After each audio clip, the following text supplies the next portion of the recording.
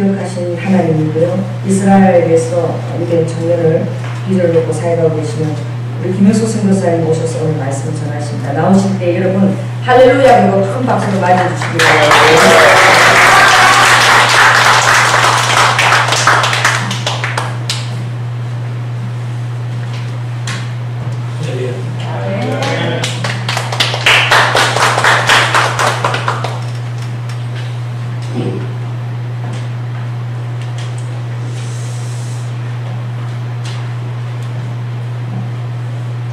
소개받은 김혁수 선교사입니다. 지금 이스라엘이 한참 소란스럽습니다. 잘 아시죠? 지금 팔레스타인하고 특별히 가자지구 하마스하고 이스라엘하고 상당히 지금 복잡한 상황 가운데서 전쟁이 전개되고 있습니다. 세상이 굉장히 소란스럽죠. 아까 우리 목사님께서도 여러 가지 말씀하셨지만 우크라이나 반군이 또 말레이시아이 격추시켜서 세계적인 이슈로 좀 등장을 하고 있습니다. 사실 이 개혁 뒤에 푸틴이라는 인물이 있다는 것은 여러분 잘 아실 겁니다. 아마 이런 모든 것들이 세계 속에서 굉장히 소란스러운 모습으로 진행되어 가는 모습이 상당히 심상치 않다는 것들은 느끼게 됩니다. 다만 이럴 때 우리가 우리 주 예수 그리스도를 향해서 우리의 믿음의 태도를 분명히 하고 또 주님의 사람으로서 잘 준비되었으면 좋겠습니다. 여러분들을 만나서 너무 반갑고요. 목사님 만나서 반갑고 우리 장로님 만나서 반갑고요. 우리 권사님 그 식구들 잘 반갑습니다. 여러분이 누군가 좋은 마음을 가지고 생각하는 사람들이 있을 것입니다. 그를 위해서라면 어떤 것이라도 나는 행할 수 있다. 그렇게 생각하는 어떤 좋은 마음들을 갖고 있는 어떤 분들이 있을 것입니다. 근데 하나님께는 다윗이 바로 그런 사람이었어요. 하나님은 모든 것을 알고 계시고 모든 사람을 다 알고 계십니다. 그런데 하나님의 마음에 유념하고 특별하게 생각하는 사람들이 있습니다. 그런 사람들 가운데 한 사람이 바로 다윗이에요.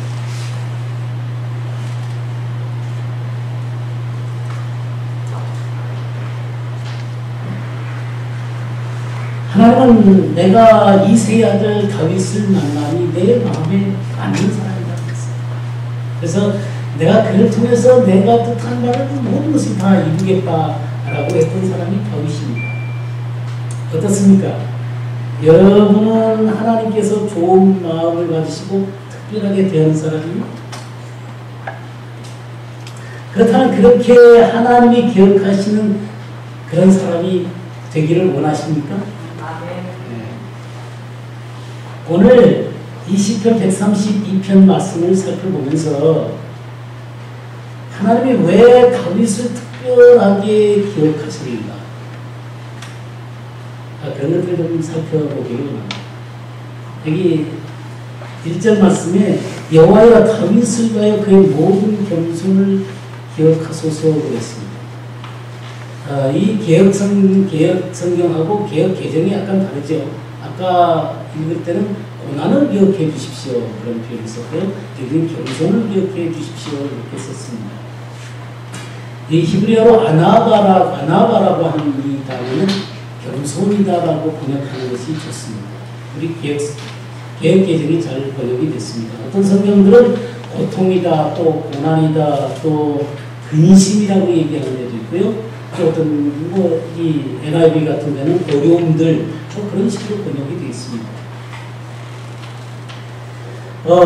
그의 그런 겸손이 오늘 본문 속에서 그의 의도와 또 그의 기도와 그의 행함 속에 깊이 숨어서 나타나 있는 것들을 볼 수가 있습니다. 하나님은요, 교만한 자를 대적을 하십니다. 그리고 겸손한 자들에게는 하나님의 은혜와 하나님 자신을 기꺼이 그들에게 내어주기를 원하십니다. 나는 마음이 온유하고 겸손하다라고 주님이 말씀하셨죠. 아까 어떤 분이 기도할 때, 우리 기도하실 때도 주님의 마음이 온유하고 겸손하시다 그러는데 그렇습니다. 주님의 마음은 겸손함이세요.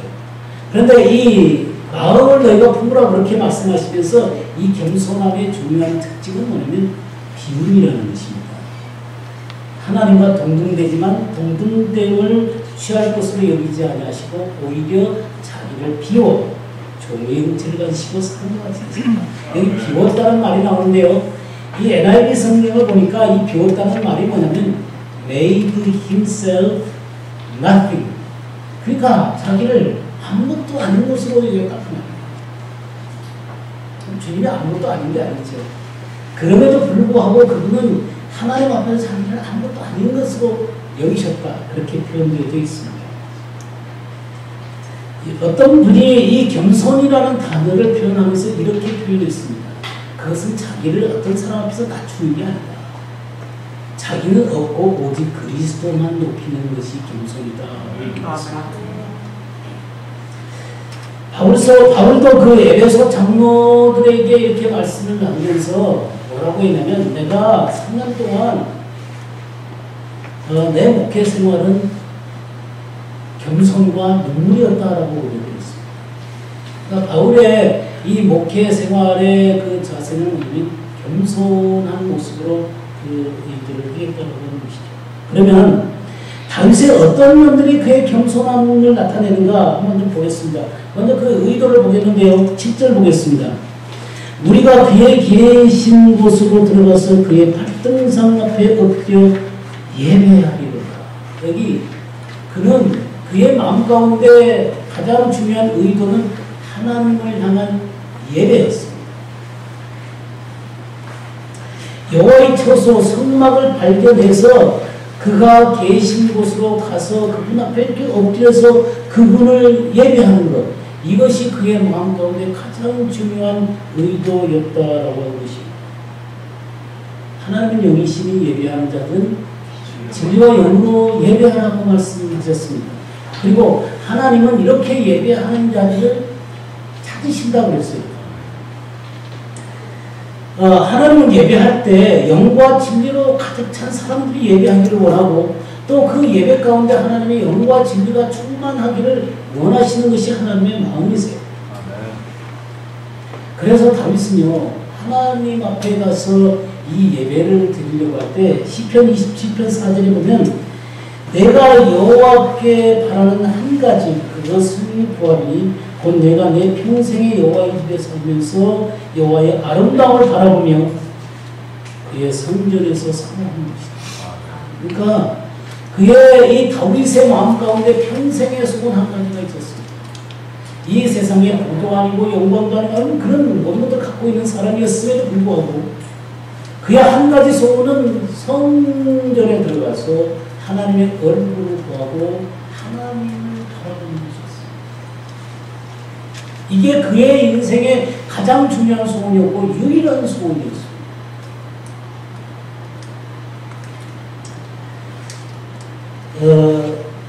사실 그 당시에 성막은요 어디에 있었냐면 기브온에 있었습니다. 역대상 16장을 보게 되면 그게 그 성소는 기브온에 있었어요.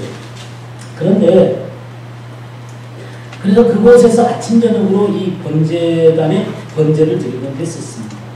그러나 다윗은 그것으로 만족할 수가 없었어요. 하나님의 임재를 상징하는 언약궤 앞에 항상 서 있기를 원했습니다. 그래서 이 다윗의 장막을 쳐놓고 그 위에다가 그 속에다가 언약궤를 두고 늘 그곳에 가서 예배를 드렸습니다. 많은 예배가 있습니다. 근데 언약궤가 빠진 예배가 있을 수 있어요. 그러니까 많은 사람들이 예배를 드리는데 그곳에 하나님의 임재를 상징하는 언약궤가 없는 하나님이 계시지 않은 예배를 드릴 수도 있어요. 그러니까 하나님이 찾아오지 않으면 우리 열심히 예배드리고 땡 끝나고 갈 수 있습니다. 우리 예배 가운데 가장 중요한 것은 우리가 예배를 드리는 그분이 오시라죠. 그죠? 그분이 이 자리에 계셔야지 내 예배가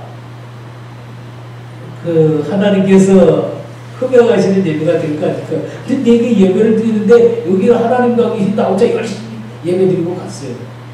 그럴 수도 있습니다. 예배 드리는 것과 예배자가 된다는 것은 다른 얘기입니다. 정기적으로 예배하는 곳에 나오는 것은 대단히 중요한 것이긴 하지만 하나님과 함께 항상 동행하면서 예배의 영 가운데 있으면서 살아가는, 그리고 그 예배의 영 가운데서 하나님 앞에 예배를 드리는 것과는 다른 문제입니다. 예배의 영에 사로잡혀 있는 사람들은 예배도 또 기도도 또 주님의 일도 그리고 어떤 윤리적인 문제도 사회적인 모든 문제도 기쁨과 쉼으로 할 수 있습니다. 그러나 예배의 영에 의해서 움직여지지 않는 사람들은 기도도 예배도 주님의 일도 가정의 문제도 사회적인 것도 윤리적인 것도 모두 다 진로다고 그렇게 되어 있습니다. 시편 103편 1절에서 다윗은 내 언어 여호와를 송축하라. 내 속에 있는 것들아 다 그의 거룩한 이름을 송축하라. 그러니까 이 다윗의 마음 가운데는 하나님에 대한 예배의 영으로 가득 있었던 그런 사람이 있습니다. 자, 다윗의 기도를 좀 볼까요? 8절을 한번 보겠습니다. 8절부터 10절까지 내용을 보면요. 여호와여 일어나사 주의 권능의 계와 함께 평안한 곳으로 들어가소서.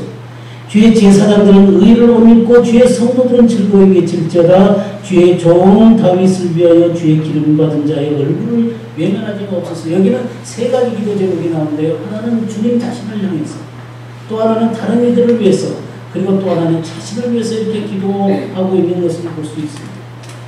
여호와여 언약궤와 함께 평안한 곳에 들어가소서 그랬어요. 이것은 수동적으로요. 하나님께서 그곳에서 잠자고 쉬고 그러라는 뜻이 아닙니다. 이 평안한 곳으로 들어가라는 얘기는 다윗과의 관계성 때문에 기뻐하시고 하나님의 주권을 가지고 자유로이 거하시고 이스라엘을 온전히 다스리신다는 의미를 그 가운데 내포하고 있는 것입니다. 그러니까 그분은 수동적으로 이렇게 그냥 그거 처박혀 계시는 것이 아닙니다. 그분은 거하고 계시면서 자유롭게 다스리시고 그분의 자유스러운 표현을 할 수 있는 그런 마음껏 가질 수 있는 그런 평안한 곳으로 들어가십시오라고 단순히 기도를 드리고 있습니다. 하나님이 그 가운데 거하시게 되면 하나님의 위대한 역사들이 나타나게 되어 있습니다. 사무엘상 7장 2절을 보게 되면요. 여호와의 궤가 기럇기아림에 들어간 날부터 20년 동안 오래 있은지라 이스라엘 온 족속이 여호와를 사모하니라 그랬어요. 그러니까 기럇기아림이라는 곳에 언약궤가 있었을 때 온 백성들 가운데 하나님의 가운데 평안이 거하시니까 온 백성들이 하나님을 사모하면서 하나님께로 집중되어지는 놀라운 역사가 있었다는 것이죠. 여러분 거함의 위대함을 아십니까? 하나님이 우리들 가운데 거하시고 그분의 역사를 나타내시면 능치 못할 일이 없습니다. 우리에게 부족함이 전혀 없습니다. 우리가 부족한 것은 왜 부족하냐면 하나님이 내 속에서 그분 자신을 드러내지 못하시기 때문에 그렇습니다. 나의 어떤 연약함과 나의 어떤 욕심과 또 내가 가지고 있는 어떤 제약들이 하나님을 가지고 있기 때문에 하나님이 온전하게 거하시지 못하고 표현하지 못하고 있는 것입니다. 그러나 그 하나님이 내 삶 가운데서 자유롭게 그분 자신을 표현하면 우리의 삶은 능력 있는 삶이다. 아멘. 하나님의 많은 영향력을 볼 수 있습니다. 그리고 하나님은 나를 통해서 위대한 역사들을 이 세상 가운데 자유롭게 펼칠 수 있습니다. 자, 두 번째 기도는 다른 이들을 위한 기도였어요. 이 기도의 중요한 핵심은 하나님이 백성들과 함께 있으면서 그분들에게 은혜를 베풀어 달라는 그런 기도입니다. 여기 제사장들은 의로 옷 입고 성도들은 즐거이 외치는 이 기쁨 가운데 외치는 그런 삶이 되게 해달라는 것입니다. 여기 제사장들은 의의 옷을 입었다 그랬는데 우리가 예수 그리스도를 믿음으로 말미암아 우리는 의의 옷을 입습니다. 의로워집니다. 그죠? 의로워집니다. 근데 오늘날 이 신칭은 예수님을 믿음으로 말미암아 의로워집니다라고 하는 이것에 대한 해석들이 너무나 가벼운 것 같아요. 무슨 얘기냐면 내가 예수 믿으면 의로워졌기 때문에 그냥 내가 아무렇게나 살아도 나를 구원하신다는 것입니다. 이 값싼 은혜를 줌으로 말미암아 진정한 믿음의 사람들이 도달하지 못할 수 있어요. 그리고 그들은 하나님의 백성으로서의 아름다운 열매를 맺지 못하고 천박한 모습으로 살아갑니다. 근데 그들을 보고 하나님의 백성이라는 거예요. 그건 아닙니다. 내 속에 예수 그리스도가 들어오시고 성령께서 자리 잡으시고 그리스도의 의로 덧입게 될 때 나의 삶 가운데 나타나는 것이 의의 삶입니다.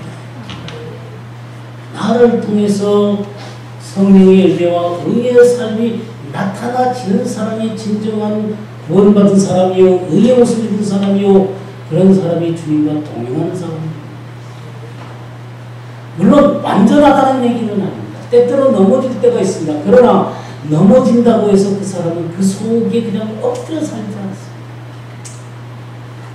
그럴 때 이 내 속에서 성령님께서 말할 수 없는 탄식으로 내가 그 자리에 살 수 없다는 것이죠. 회개하고 하나님 앞으로 나와야 되고 그리고 다시금 성령께 사로잡혀서 의의 삶으로 돌아올 수밖에 없는 것이죠. 오늘날 수많은 사람들이요. 나는 예수님을 믿음으로 구원받았기 때문에 아무렇게나 살아도 좋다는 식으로 살고 있는데요. 이거는 복음이 아닙니다. 어떤 사람이 그런 말을 했더라고요. 요새 저기 무슨 책이다. 천하무적 아르뱅기 그 책이 요새 하나 나왔어요.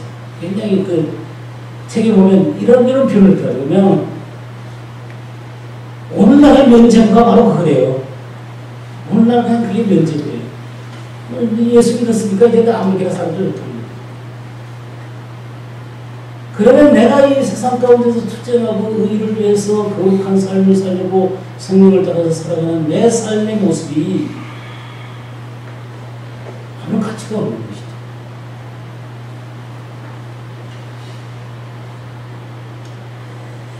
로마서 15장 17절에 보면 하나님의 나라는 먹고 마시는 것이 아니요 오직 성령 안에서 의와 평강과 희락이라고 했습니다.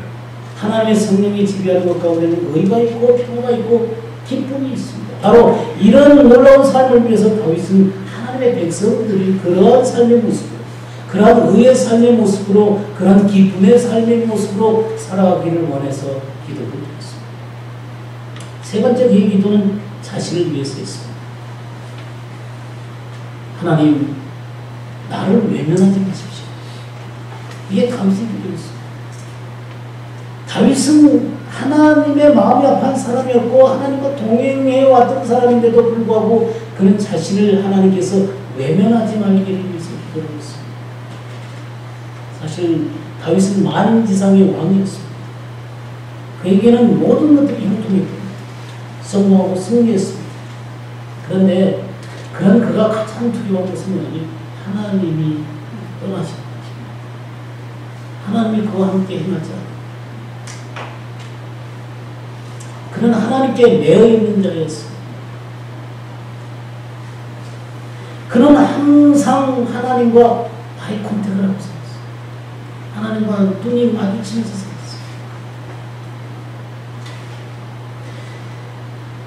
아마 이 통일 왕국 시대 때 두 왕 사울과 다윗은 늘 비교가 많이 됩니다. 똑같이 약한 사람이었음에도 불구하고 다윗은 결코 하나님을 놓을 수가 없었어요. 죄를 범했을 때 그는 하나님의 성령이 그를 떠나지 않기를 원했어요. 물론 우리 안에 내주하시는 성령은 내가 예수 그리스도를 믿을 때 영원히 멸망하는 것입니다. 그러나 하나님의 권능이 나의 삶 가운데 성령의 권능이 떠날 수 있습니다. 이사야 10편 52편 16절 17절에는 주께서는 제사를 기뻐하지 아니하시나니 그렇지 않으면 내가 드렸을 것이다. 주는 언제나 기뻐하지 아니하시니 하나님께서 구하시는 제사는 상하십니다. 하나님이 상하고 통회하는 마음을 주께서 멸시치 아니하시리이다 라고 했습니다. 내 속에 죄를 범했을 때 상하고 통회하는 마음이 있어야 합니다. 이 상하고 통회하지 않고 뻔뻔스러움으로 살아간다면 어떻게 하나님이 나의 영을 소생할 수가 있겠습니까? 참, 이 사울이라는 왕은 그가 제사를 드렸다는 얘기가 성경에 안 나옵니다. 한번 나오는데 언제냐면 사무엘이 제사를 드려야 할 때 그냥 그 적군이 쳐들어오니까 마음이 급해갖고 사무엘 대신해서 가서 제사를 드린 그런 장면입니다. 그러니까 하나님에 대한 예배로 하나님 앞에 불복되지 않은 사람이 있습니다. 이 예배를 이용하려고 했던 사람이죠. 하나님을 이용하려고 했던 그런 사람이다 그 말이죠. 그는 회개의 심령이 없었습니다. 그는 죄를 짓고 그 고통에서 벗어나고픈 몸부림이 있었어요. 그 하나님 앞에 해결하기 위해서 아니라 그 고통 속에서 해결하고 싶은 몸부림밖에 없었다. 결국에는 신접한 여인을 찾아가서 묻고 있는 그의 모습을 볼 수 있습니다. 그의 묵상은 자리보존이지 하나님이 아니었다.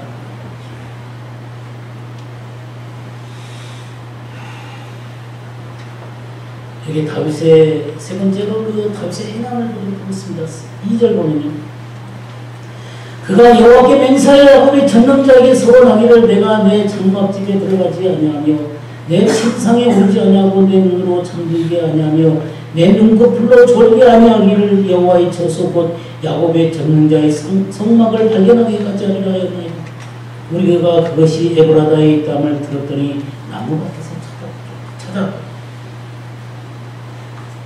그는 하나님 앞에 결심을 했습니다. 하나님의 거하실 처소를 발견하기까지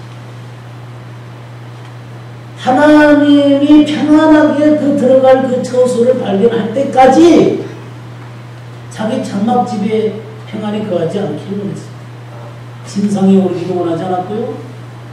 눈으로 잠들게 하지도 않았고 눈꺼풀로 졸게 하지도 않았습니다. 이 성막 가운데 언약궤가 들어가는데 이 언약궤를 찾기를 애를 쓰다가 마침내 여기에 보게 되면 어디라고 그랬냐면 에브라다에 있다는 걸 들었다. 그래서 이 언약궤를 마침내 가지고 온 것을 이렇게 모시고 온 것을 볼 수 있습니다. 여기 에브라다하고 원래 기럇 야림에 있는데 에브라다하고는 굉장히 가까운 곳입니다. 지금 이 에브라다 기럇 야림은 현재 예루살렘 근처인데 아부곳이라는 곳이에요. 근데 에브라다는 바로 그 옆동네이기 때문에 그냥 그 당시에는 이렇게 같이 있었던 것 같습니다. 마침내 이 언약궤를 찾아가지고 하나님 앞으로 하나님 그 언약궤를 이 시온성으로 올려오는 것을 볼 수 있습니다. 언약궤를 찾는 것만이 아니라 이 언약궤를 잘 안정되게 두는 이 처소를 발견하기까지 이 다윗은 잠자지 않기를 원합니다.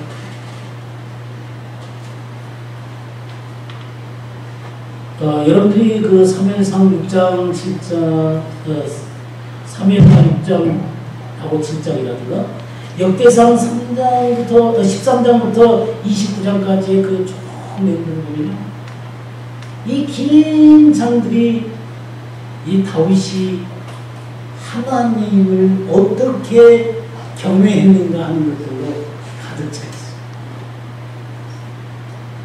역대상 16장 1절에는 하나님의 궤를 메고 들어가서 다윗이 그것을 위하여 진 장막 가운데 두고 번제와 화목제를 하나님께 드렸다. 이렇게 표현합니다. 언약궤를 모셨을 뿐만 아니라 장막을 쳐놓고 그 위에다가 언약궤를 들여놓았습니다. 그리고 거기서 하나님을 예배를 드렸습니다. 그럴 뿐만 아니라요, 이 역대상을 계속해서 보면 노래하는 자들을 세우고 찬양 24개의 찬양들을 세우고 또 악기 다루는 자들을 세우고 또 문지기들을 세우고 레위인과 제사장들을 위한 그런 것들을 세우고 할 일을 세우고 성전 준비를 온갖 성전 준비를 하고 재정 준비를 다 하는 이 다윗의 모습을 볼 수 있습니다. 이 왕이 모든 것들을 다 누릴 수 있어요. 근데 이 긴 장들이 뭘 얘기하고 있냐면 하나님 앞에 하나님의 그할 처소를 위해서 그가 준비하고 있는 그의 모습을 볼 수 있어요. 이 사람은 왕인데도 불구하고 그냥 하나님밖에 없는 사람. 하나님밖에 없어.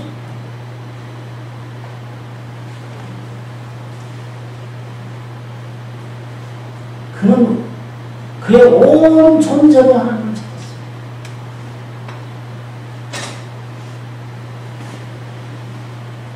저는 원래 제자 훈련과 목회를 몇십 년 동안 30년 거의 이상을 했습니다. 근데 하나님이 예루살렘으로 보더라고요. 그 예루살렘에 올라갔는데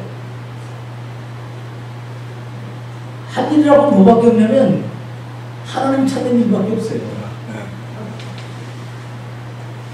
그냥 하나님 존재 앞에다 불러놓고 맨날 제자훈련 한다고 목회한다고 사람을 쫓아다니고 사람 세우고 그 제자들이 온 세상에 있습니다. 근데 예루살렘에 갔는데 하나님 앞에만 앉혀놓고 하나님이 나한테 뭐라고 너 나하고 좀 만나자고. 그리고 제가 하는 게 뭐냐면 예루살렘 성벽에 파수꾼으로 서 있는 거예요. 그러니까 성경이 그랬잖아요. 시온의 의가 빛같이 나타나도록 예루살렘의 햇불같이 나타나도록 나 여호와는 예루살렘에서 잠잠할 것이고 또 시온에서 쉬지 않을 것이다. 그러면서 예루살렘의 그 성벽에 파수꾼을 서고 종일종일 잠잠치 않게 나 여호와로 쉬지 못하시게 하는 자들아 너희는 내가 예루살렘을 세워서 온 세상으로 영광을 받기까지 나로 쉬지 못하시게 하라 그러잖아요. 그래서 하나님께 배운 게 뭐냐면 옛날에는 사역한다는 사람들 쫓아다니면서 말씀 가르치고 뭐 저기 그 제자훈련하고 또 그 복음전하고 이런 것을 주로 해왔던 사람이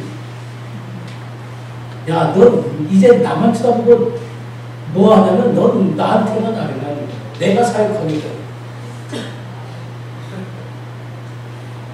그래서 이제 방향이 완전히 바뀌었어요. 사람에서 하나님 하세요. 하나님 잘하고 계세요. 하나님 잘하고 아멘. 그러면 죽치고 그 밑에 앉아있어요. 그냥 그 미시칸촌이라는 데 가가지고 이제 예루살렘에 그 성전이 있었던 그 자리 중심으로 네 군데 아주 중요한 기도의 집들이 있거든요. 북쪽 미시칸촌에는 이제 한인들이 하고 있는데 그럼 매일 거기 가요. 그래갖고 하루에 3시간씩 이렇게 죽치고 앉아있다고 해요.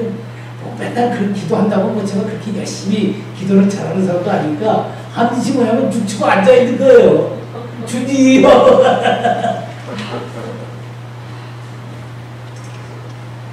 근데 죽치고 앉아있는데 주님이 또 올라온 인사이트도 주시고 임재도 주시고 그분이 나를 위해서 여러 가지 일들을 많이 하세요. 참 놀라운 것들을 배우고 있습니다.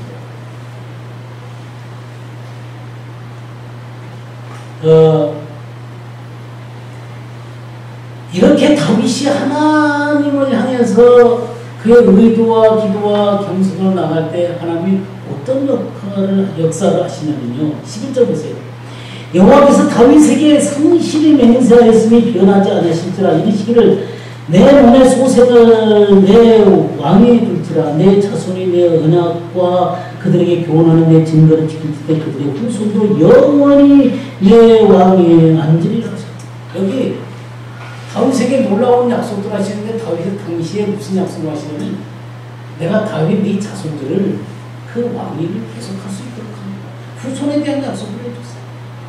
이 후손에 대한 든든한 약속을 하는 것만큼 이 부모된 마음은 얼마나 기쁘겠어요. 그러니까 다윗이 네 후손으로 네 왕위를 영원히 경고하게 하겠다 이렇게 약속했어요. 그럴 뿐만 아니라 또 무슨 약속을 하시냐면 거기에 13절 보게 되면 여호와께서 시온을 택하시고 자기 거처를 삼고자 하여 이르시기를 이는 내가 영원히 쉴 곳이라 내가 여기 거주할 것은 이를 원하였습니다. 다윗에게 또 무슨 약속을 하냐면 이 시온 산성을 내가 택하고 거기에 영원히 거하겠다는 것입니다. 이 시온 산성이 그냥 예루살렘이죠. 그러니까 이 다윗이 여부스 족속에게 빼앗은 이 예루살렘 성 안에 하나님이 거기 거하겠다. 내가 그를 택하겠다. 그 장소를 복되게 하겠다. 그 가운데 너와 함께 있겠다는 것입니다. 이런 약속을 받으면 얼마나 좋겠어요. 네가 있는 그곳에 내가 거해서 너와 함께 동행하고 너를 축복하고 너를 다스리고 함께 해주겠다는 것만큼 놀라운 것이 있어요.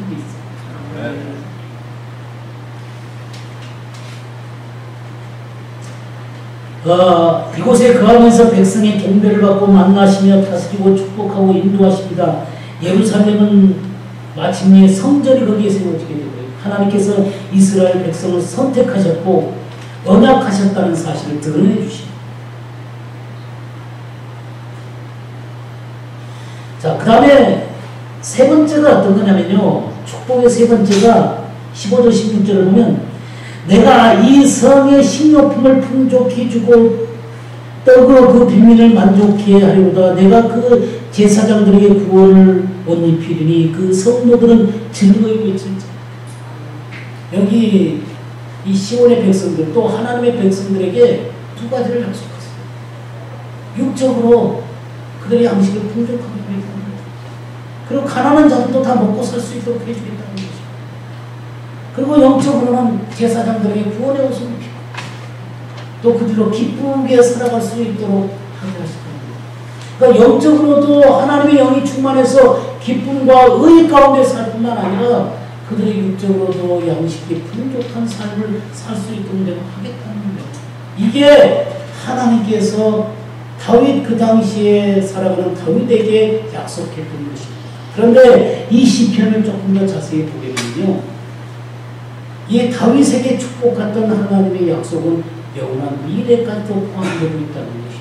아멘.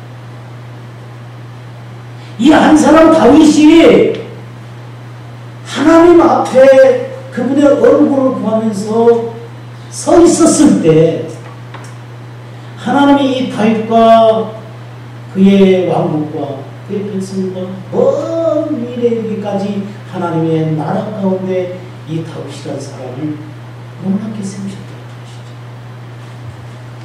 것이죠. 여기에 그 미래에 무슨 약속이냐면 내 왕위를 영원히 세우겠다고 했거든요. 그 다음에 여기 17절에도 내가 거기서 다윗에게 뿔이 나게 할 것이라 내가 내 기름 받은 자를 위하여 등을 준비하셨더라. 내가 그의 원수에게는 수치를 못 입히고 그에게는 왕관이 빛나게. 이 뿔과 등이 누구예요? 바로 예수 그리스도입니다. 다윗의 후손 가운데 예수 그리스도가 나게 하시고 원수인 사단을 머리를 깨뜨리시고 승리케 하시고 구원의 길을 여셨습니다. 그리고 그걸 다시 오실 것입니다. 유대인의 왕으로 만왕의 왕으로 유다지파의 사자 그분은 오셔서 완벽한 다스리심을 하실 것입니다. 여기 재림하셔서 이 세상의 모든 부조리가 완전히 해결되는 그런 날이 오게 될 것입니다. 아멘. 그럴 뿐만 아니라 이 시온을 영원히 듣겠다. 이 예루살렘 성이 사실은 그 이름 자체가 평화의 도시거든요. 평화의 도시인데 이 예루살렘은 어떤 사람의 기록에 보니까 38번이나 점령을 당했어요. 그러니까 한 제국이 휩쓸리고 지나가면 무너집니다. 또 다른 제국이 지나가면 또 휩쓸리고 무너집니다. 이 나라가 침공해 오면 또 정복을 당합니다. 저 나라가 침공해 오면 또 정복을 당해요. 이렇게 수없는 전쟁이 이곳을 휩쓸어갔습니다. 여러분 이 층이 그 이스라엘은 텔이라는 게 있습니다. 텔이 뭐냐면 언덕이라는 건데요. 어떤 언덕이냐면 하나가 여기다 이제 건축을 해갖고 전쟁이 일어나서 무너져버리잖아요.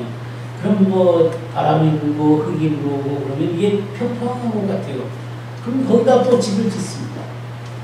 그럼 또 그게 또 전쟁이 일어나거나 그러고 무너지게 되면 또 흙이 또 몰아치고 또 바람이 불고 그러면 또 평평하게 돼요. 그럼 또 거기다 집을 짓고 이런 것들이요. 20몇 층, 26층 이렇게 되어져 있어요. 그러니 얼마나 그 땅에 수많은 전쟁들이 휩쓸고 지나가는 하는 것들을 우리가 알 수가 있는 것이죠. 그런데 하나님은 이 시온을 선택하셨다고 했어요. 영원히 내가 선택했다고 했어요. 하나님은 어느 날 지금 이 예루살렘이 이스라엘만 들어와 있잖아요. 근데 이제는 진정한 왕의 도시. 우리 주님이 그곳에서 1000년 동안 왕노릇을 하실 것이고 그리고 새 예루살렘을 하게 될 것이고 이 영광스러운 도시로 내가 이 시온성을 택하고 내가 거기 거하기를 원했다라고 말씀하셨습니다. 누구 때문에? 다윗 때문에. 이렇게 하나님을 찾았던 다윗 때문에 하나님께서 이 도시를 영원한 도시로 삼았습니다.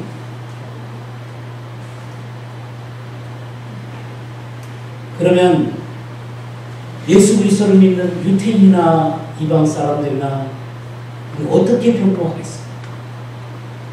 이 백성들이 그 가운데 있을까? 우리가 예수 그리스도처럼 변모되어졌어요. 이 낮은 몸이 예수 그리스도의 영광의 몸처럼 변모되어져서 우리는 주님과 함께 왕노릇하게 될 것입니다. 사랑하는 신랑 되신 주님과 함께 신부로서 아름다운 드레스를 입고 주님을 만나게 될 것입니다. 우리 얼굴에 해같이 빛날 것입니다. 아멘.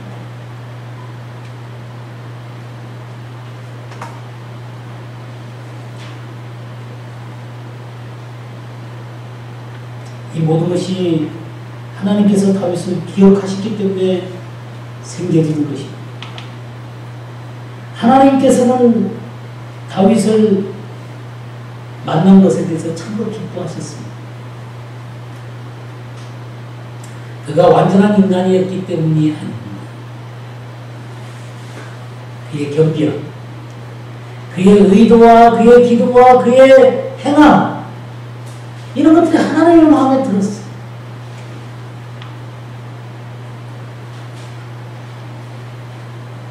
오늘날도 하나님께서는 다윗과 같은 사람을 만나고 싶어하세요.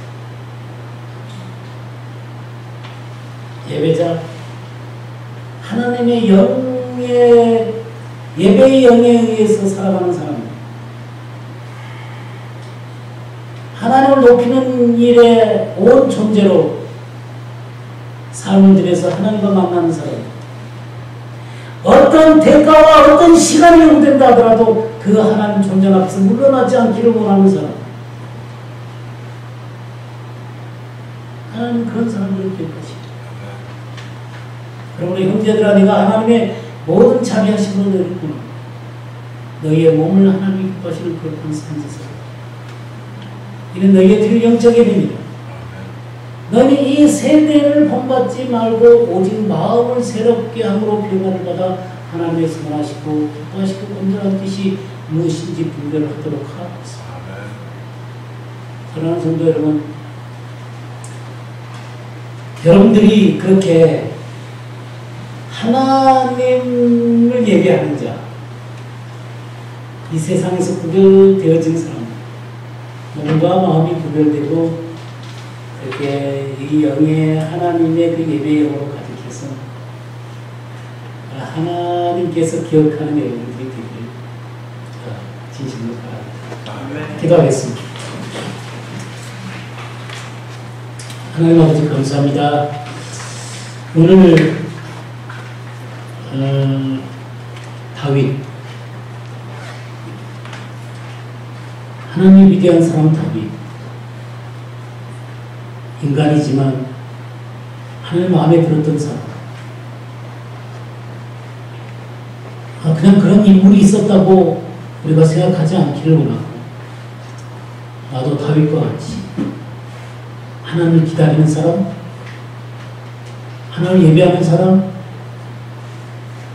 하나님에 의해서 기억되게 하는 사람, 그런 사람들이 될 수 있도록 우리 모두를 축복해 주옵소서. 한 사람 한 사람들을 그렇게 분명한 모습으로 설 수 있도록 축복해 주옵소서. 예수님의 이름으로 기도했습니다. 아멘.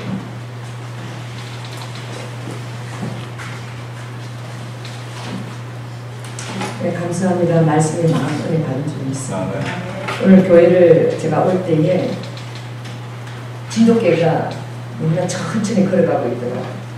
그 뒤에서 아가씨는 뛰고 있는 거예요. 진돗개는 천천히 가는데 뒤에서 아가씨는 막 이렇게 뛰고 있어요. 그래서 오면서 자매님하고 우리가 저렇게 살고 있다. 하나님이 지금 천천히 편안하게 거하라 그러는데 하나님보다 더 빨리 뛰고 있다는 거예요. 그러면서 아침부터 개를 갖다가 하나님한테 비유를 시키고 그랬었는데 오늘 정말 이 성전에는 우리가 하나님을 모신 것이죠. 오늘 제가 그것이 은혜가 돼요. 우리 선교사님 하나님께서 이스라엘 나라를 왜 불렀을까? 그리고 얼마나 위대한 계획들을 가지고 가겠어요. 제가 저번에 갔을 때는 정사 내가 유대인 청년 원래 내가 제자 교육했던 사람이잖아. 유대인 청년들을 내가 변화시키고 유대인 청년들 다 힌두교에 다 묻혀있고 막 율법적인 하나님 못 봐서 그냥 겉으로는 율법으로 생기고 다 지금 안돼 미쳐있고 그냥 그러는데 이들은 내가 제자 사람이라고 얼마나 위대한 부부를 가지신지 몰라요. 근데 주님이요 기도할 때 그랬어요. 그거는 놔두고 네가 지금 키우고 있는 이 딸 아들에게 전적인 신뢰를 받도록 하라. 그렇게 하면 내가 보고 그것을 윤리라. 그러니까 뭐예요? 하나님이 일하시는 때를 우리가 기다려야 지금 기다리고 계시는 거예요. 선생님. 하나님 마음에 굉장히 아파할 줄 믿습니다. 하나님보다 앞서가지 않는 거예요. 물론 마음에 답답하죠. 이스라엘에 지금 선교사님 있는데 지금 제자들이요 지금 얼마나 사역을 놀라게 해오고 있는지 전에 가실 때도 제자들 뭐 엄청나게 대접을 하더라고요. 숙박을 대접해서 한 30명 다 먹이고 그때 그런 일이 있었는데 이 소손님 와서 그냥 아무것도 안 하는 것 같은 제자들이 아버지 세상 말로 쪽팔립니다. 제자들이 이렇게 잘하는데 나 뭐합니까 대체. 여러분 이 사람의 이 마음이에요. 그것도 주님의 이 능력으로 뚫쳐버려야 될 줄 믿습니다. 하나님께서 참자는 거야. 내가 많은 제자를 세우고 그 제자를 잘하고 있자니 내 앞에서 너는 그냥 머물러라 기도하라. 여러분 이 마지막 때 아버지 없으신 것 같아요. 여러분 주님 앞에 머물러 있다는 예배 잘죠. 실은 그 법궤를 3장에 보면 옮길 때는 하나님이 출발할 때 그 법궤가 이스라엘 것이지만 블레셋을 던져버렸잖아요. 왜 아버지가 던졌습니까? 이스라엘과 함께 계셨어요. 법궤가 힘이 없던 것도 아니에요. 근데 출발할 때 그것이 에베네셀로부터 앞으로 가져왔어요. 출발할 때부터 주님 우리와 함께 계셨거든요. 그리고 그때도 에베네셀로 돌아오셨어요. 비록 에베네셀 출발해서 가드, 아스포마 쭉 베세에서 쭉 기라리라니 오베드까지 갔지만 결국 하나님 우리와 함께하고 계신 것입니다. 근데 왜 그 언약궤가 떠났느냐? 오늘 수요에서 마신 대로 그거예요. 형식 안에 내용을 담으라는 거예요. 아멘? 예배 안에 주님을 사모하는 마음을 담으라는 거죠. 다윗이 그게 있을 거야. 주님을 사모하는 마음. 우리가 주님 없이 많은 일을 합니다. 많은 일을 해요. 여러분 아버지가 시키지 않으신 일도 막 하고 있어요. 성사님 너무 잘하시는 거예요. 어떤 분은 하나님이 선교사를 안 불렀는데 선교지로 가서 아버지가 죽여버렸어요. 목숨 끊어버렸어. 선교사를 불렀는데 선교사로 가 있는 사람도 있고 선교사를 불렀는데 어떻게 안 가고 있는 사람도 있어요. 또 선교사에서 머물러 있어야 되는데 한국에서 강의사람들이 좋은다면 그냥 그 갓길을 또 오는 사람들도 있어요. 아버지 없이 일하고 있는 여러분 성도들도 마찬가지입니다. 그래서 우리가 기도의 자리에 머문다는 것은 참 볼 때는 미련해 보일 수 있어요. 왜? 당장 결과물이 안 보이니까. 우리 주님이 효율성을 원하는 것이 아닌 과정입니다. 할렐루야. 우리가 과정 최선을 다. 아버지가 기도 자리에 몸을 담는 기도 자리에 몸을 드는 것이고. 할렐루야. 그러고 있을 때에 하나님 일하신 것을 본 때잖아요. 이것이 얼마나 큰 말이에요. 우리 진정한 위로죠. 우리가 가만히 있을 때 너밖에서 우리를 위해서 일하시는 거예요. 아멘. 와케미시카. 주님 말씀하세요. 사랑하는 아들아. 누데리시도 와카. 왜 생애에 많은 아픔이 있고 그리고 위디리시도 와카 그 땅에 대한 그 비전과 그리고 의구심 때문에 너가 위카. 그래도 때로는 너가 체면 때문에 좀 머물러 있을 때 아버지 이까지 왔는데 내가 그 아들아 지금 그 마음을 내가 담금질하면서 내가 너에게 온전히 다윗이 마음이 합할 때에 그가 23년간의 광야에서 그의 마음을 담금질하네. 내가 왕인데 내가 사회라는 키를 묻으면 내가 왕인데 쫓겨다니고 24년간 도망자의 삶을 살고 이제 내가 아주 그냥 왕이고 뭐고 다 그냥 다 버려두고 아주 내가 그냥 나무 포도 다 때려 죽이고 그냥 다 때려 죽이고 그냥 다 그냥 끝낼란다 그럴 때 아비가일을 보냈어. 아니다. 너는 이스라엘 왕이 될 것이다 하고 내가 절대 천명에 나를 놓칠 뻔한 그 시기에 내가 나의 사람을 보낸 것처럼 사랑하는 아들아 지금 어떻게 너의 마음을 그러는 저고 그럼 아들아 루디니 시도와카 내가 그 마음을 지금 비우고 있는 것이니 후와이케 아비의 마음을 부어주는 것입니다. 아비의 마음을 부어주는 것은 어떤 성취가 아니고 결과물로 바라보는 것도 아니고 그리고 사랑으로서 인내하고 기다리고 표현하는 것입니다.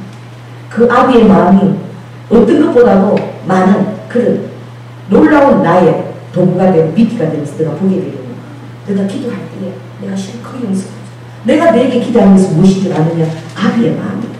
나의 마음이다. 다윗을 향한 나의 마음.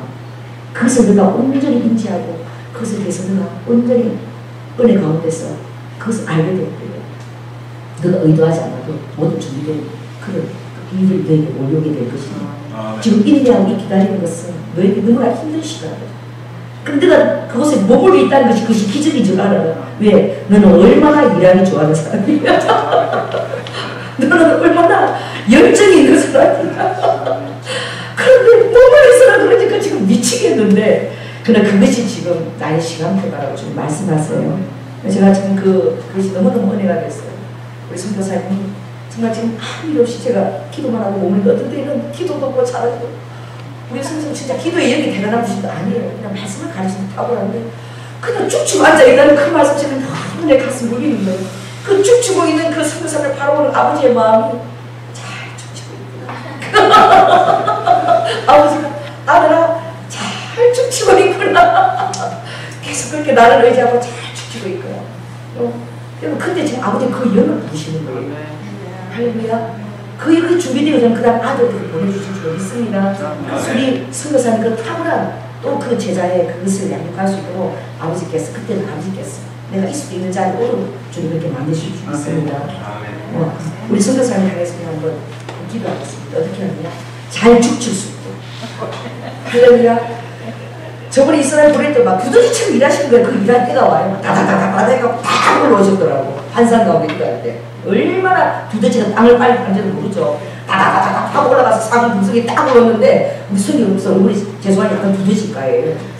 얼굴 보시면 얼마나 일을 땅을 잘 파고 딱 왔는데 벌써 올라오신 거야.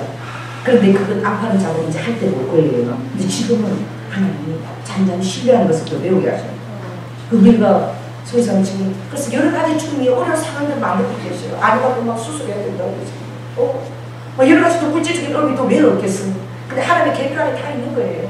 우리 이제 남은 주일 일장하면서 우리 선교사님이 주님만 끝난다서 죽치라 그러면 죽치고 할렐루야. 가라버리고 가고 이제 정말 내가 내 손을 놓고 열정적인 분이지만 하나님의 때까지 인내하면서 온전한 아비의 마음을 부었어. 이제 그때가 될 때 가이로스 때 하나님 허락해달라고. 그래서 주님 그때는 하나님 예배한 모든 일꾼들을 부어주실 줄을 믿는다고. 실은 우리 성령께서 우리 선교사님 다윗이라고 불렀어.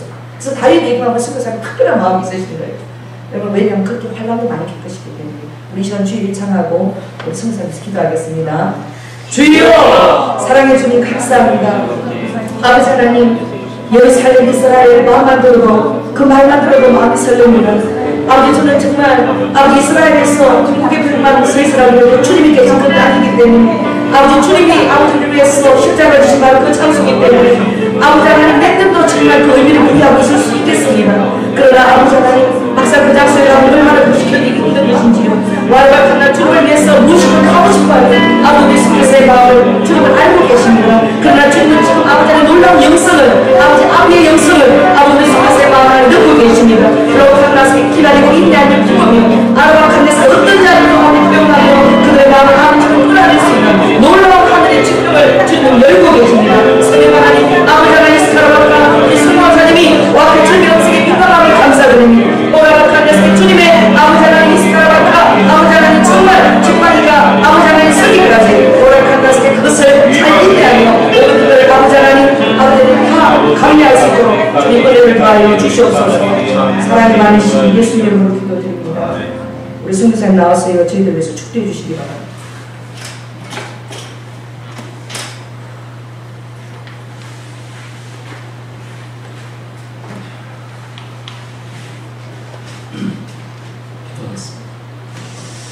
지금은 우리 주 예수 그리스도입니다.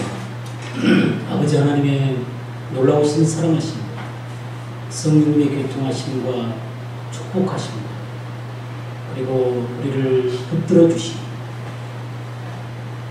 오늘 다윗처럼 하나님 앞에 예배자로 설정을 하는 모든 사랑하는 이들 위에 이 사랑하는 교회 위에 영원히 함께 하시기를 간절히 축원하옵나이다.